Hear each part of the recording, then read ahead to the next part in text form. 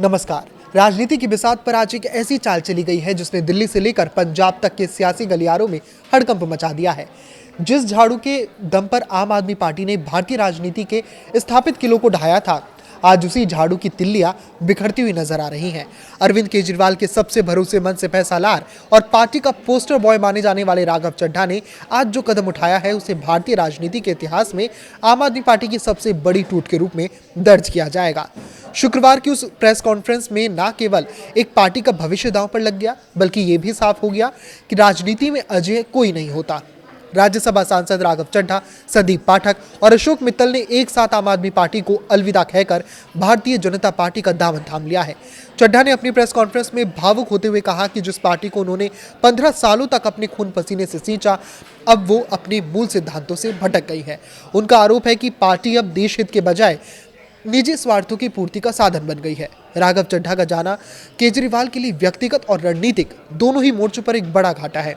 वो पार्टी के उस दौर के साथी थे जब आम आदमी पार्टी एक आंदोलन थी, लेकिन आज उसी आंदोलन के नायक ने पार्टी पर ही कार्यकर्ताओं को नजरअंदाज करने का आरोप लगा दिया है। इस बगावत की पटकथा पिछले कुछ महीनों से ही लिखी जा रही थी। जानकारों के माने तो राघव चड्ढा को पार्टी के भीतर धीरे धीरे अलग थलग किया जा रहा था। राज्यसभा में उपनेता के पद से हटाए जाने के बाद से ही उनके और पार्टी नेतृत्व के बीच दूरियां साफ दिखने लगी थी। चड्ढा ने खुद स्वीकार किया कि उन्हें काफी समय से लग रहा था कि ये गलत पार्टी में सही व्यक्ति बन गए हैं। उनके साथ संदीप पाठक की विदाई और भी चौंकाने वाली है, क्योंकि पाठक को पार्टी के संगठन विस्तार का चाणक्य माना जाता था। पंजाब और दिल्ली में आम आदमी पार्टी की जीत में पर्दे के पीछे उनकी भूमिका अहम थी। जब संगठन का वास्तुकार ही घर छोड़ दे तो नींव का हिलना लाजमी है। राजनीति के इस खेल में सबसे दिलचस्प मोड़ 2/3 का आंकड़ा है। राघव चड्ढा ने दावा किया है कि राज्यसभा में आम आदमी पार्टी के 10 में से 7 सांसद उनके साथ हैं। स्वाति मालीवाल, हरभजन सिंह, राजेंद्र गुप्ता, विक्रम साहनी जैसे नामों का उनके साथ होना यह दर्शाता है कि यह महज एक व्यक्तिगत इस्तीफा नहीं, बल्कि पूरी पार्टी का विभाजन है।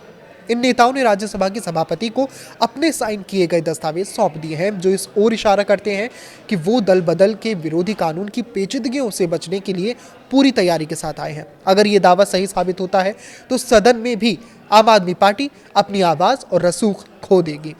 इस टूट के बीच पंजाब की राजनीति में भी सुगबुगाहट तेज हो गई है। पंजाब कांग्रेस के अध्यक्ष अमरिंदर सिंह राजा वड़िंग ने इसे विचारधारा पर पैसे की जीत करार दिया है।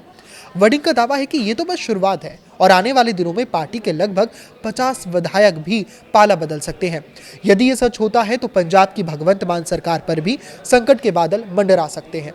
विपक्ष के लिए एक सुनहरा मौका है, जहां वो कट्टर ईमानदार होने के दावे पर सवाल उठा रहे हैं। बहरहाल, अगर इन नेताओं की राजनीतिक और व्यक्तिगत उपलब्धियों को देखें तो इनका आम आदमी पार्टी से बाहर निकलना सही मायनों में अरविंद केजरीवाल के लिए जोर का झटका है।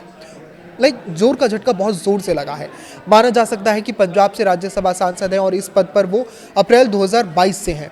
पिछले दिनों राघव चड्ढा ने पार्टी की तरफ से राज्यसभा में उपनेता के पद से हटाया दिया था, जिसका उन्होंने विरोध किया था। इसके बाद से ही माना जा रहा था कि राघव चड्ढा जल्द ही अपनी राजनीतिक सफर में नए रास्ते तलाश कर सकते हैं, और उन्होंने एक नया रास्ता तलाश कर लिया है जिसमें बीजेपी उनके सामने खड़ी है। अब उन्होंने बीजेपी ज्वाइन कर लिया, बाकी के 7 सांसदों ने भी बीजेपी का दामन थाम लिया है। अब आगे आने वाली राजनीति क्या होती है ये देखना दिलचस्प होगा। इस पर आपकी क्या राय है, हमें कमेंट करके जरूर बताएं। लाइक करें, शेयर करें और इसी तरह जुड़े रहें। नमस्कार।